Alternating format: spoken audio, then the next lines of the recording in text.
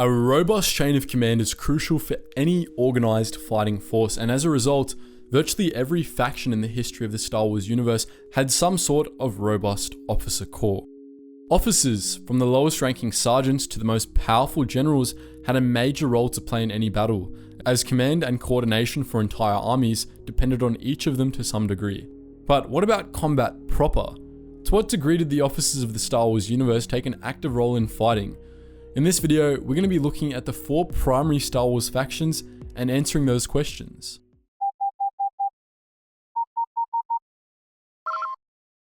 Attention, Sergeant on deck!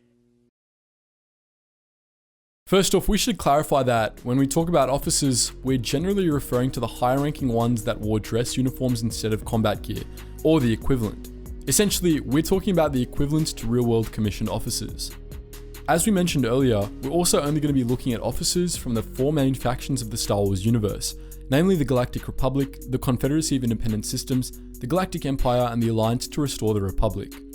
Let's start with the Republic. Non-clone Republic officers wore a simple grey and black dress uniform, which looks sharp but ultimately wouldn't be of much use in a fight. Some clone officers wore these uniforms too, but they were typically stationed aboard warships and more or less out of harm's way. We only know of a few examples of clone officers assigned to ground forces that wore these uniforms, and nearly all clone officers attached to the GAR wore full armor instead. Non-clone officers assigned to ground units might have worn these dress uniforms, but since most such officers were Jedi and Jedi didn't follow Republic uniform regulations, we don't know for sure. There's a bit of an obvious pattern here. The clones wearing dress uniforms were almost always stationed far from the action.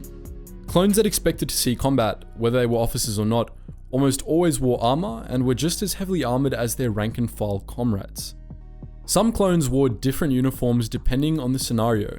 Commander Wolf, for example, often wore armor, but when he was stationed aboard Star Destroyers in a naval capacity, he wore an officer's dress uniform instead. Interestingly, Republic officers that did wear dress uniforms didn't appear to have been armed. Unless they were hiding holdout blasters up their sleeves or something, they wouldn't have been able to have any weapons at all, as there aren't any holsters or anything of the sort in their uniforms. Now, some of the non-clone officers may well have had holdout blasters hidden somewhere. Republic Admiral Saul Karath was known to have hidden one on his person, for example, and though he died 4,000 years before the Clone Wars, his dress uniform did have a similar design. The clones wouldn't have had access to holdout blasters, however, which meant that they were totally unarmed. Of course, this is only really true in theory. In an actual combat situation, these officers probably wouldn't have had a problem snatching up a discarded blaster and opening fire. But it does pose an interesting dilemma. Did these officers technically count as non-combatants? As far as we know, the answer to that is most likely yes. They would not have been able to participate in combat without scavenging for weapons, and as they weren't stationed anywhere near the battle lines, they likely weren't supposed to participate in combat either. Unfortunately for these officers, the Republic's enemies didn't give a sith about whether or not someone was technically a non-combatant, so they probably would have been targeted all the same. Imperial officers wore similar uniforms to Republic ones, so we're going to be discussing the Empire next. Dress uniforms were much more common in the Imperial military than they were in the Grand Army of the Republic, and all officers above a certain rank wore them, regardless of how close to the fighting they were stationed. Those that weren't stationed on the front lines, like naval officers, were generally unarmed. This meant that many Imperial officers were technically non-combatants too, though again, it's not like the rebels cared about those sorts of technicalities. But not all Imperial officers were unarmed or unprotected. After all, some got quite close to the action even if they still technically didn't have an active combat role. Consider General Hurst Ramodi, for example. He was notorious for leading armies from the front, specifically from the open hatch of a hover tank, where he was exposed to enemy fire. Amazingly, this didn't get him killed, though it did get him severely wounded. This can be credited to an optional addition the Empire made to its officers' dress uniforms: armor. Imperial officers, particularly those affiliated with the Imperial Army, had the option of wearing chest armor and helmets, which kept them marginally safer in combat. More importantly, some of them were armed.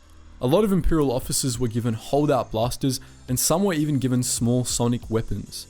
This was likely either a case of the Empire learning from its predecessors' mistakes, or a case of the Empire compensating for no longer having Jedi around to lead its armies. Either way, it was a marked improvement, especially considering the nature of the Galactic Civil War. The Rebels weren't waging a second round of the Clone Wars with the Empire after all. They often relied on stealth and sabotage. This meant that it was far more important for the Empire that its officers were armed than it was for the Republic, as Imperial personnel weren't necessarily safe just because they were behind friendly lines. Moving back to the Clone Wars, let's take a look at the Confederacy next. The CIS military is interesting because it didn't really have a standard uniform for its organic officers. Most Separatist officers that wore uniforms were wearing the uniforms of the CIS member factions, like the Separatist Council megacorporations and planetary security forces. This was likely to emphasize that despite the consolidation of military, the CIS was still a confederacy of independent systems, unlike the Republic, which was much more unitary. As a result, there aren't really any standards to judge Separatist officers by. Some of them wore dress uniforms while others wore armor.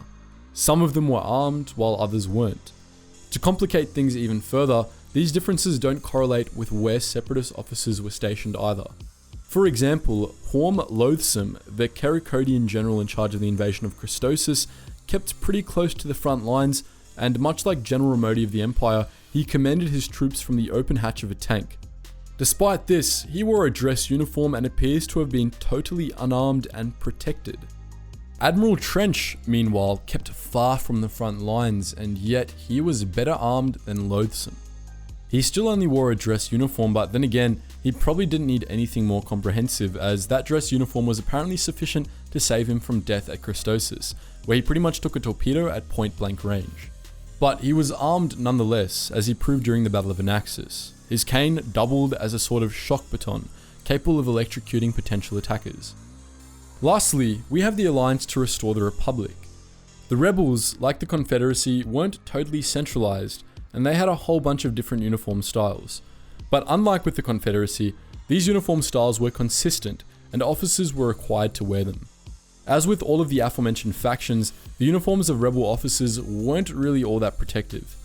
However, in this case, Rebel officer uniforms were often identical to the uniforms worn by rank and files, which were also pretty useless. So that's an improvement, sort of. However, Rebel officers were all armed, and much more heavily than the officers of any other faction. At the minimum, Rebel officers carried powerful blaster pistols, and oftentimes they would use whatever weapons were being used by those under their command as well. Rebel officers were all definitely combatants, and they were expected to act like it in battle. The most officers from other factions did was lead from the front. Rebel officers, on the other hand, actively fought alongside their subordinates whenever feasible. The reason for this major shift in strategy is simple. The Rebels were always severely outnumbered, and they needed everyone they had available to be fighting. They also needed to keep as many of their personnel alive as possible, especially officers. There was no sense in leaving a significant chunk of your fighting forces unarmed when you're already badly outnumbered and badly outgunned, so the Rebels didn't. They simply couldn't afford to protect officers in more traditional ways. Arming officers killed two birds with one stone for the Alliance. It protected their men, and it helped ease up their numbers problem. So that was our look at the role officers played in combat in the Star Wars universe. But what do you think? Would you like us to go more in depth of certain factions, officers, or other troop types in the future? Let us know in the comment section below and which troop type you'd like us to go into next.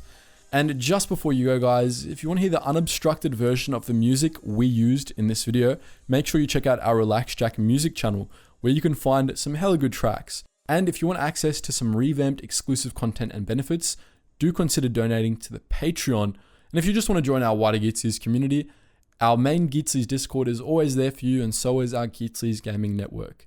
All those links are in the description below. Anyways guys, as always, thank you so much for watching, and I hope to see you in the next video.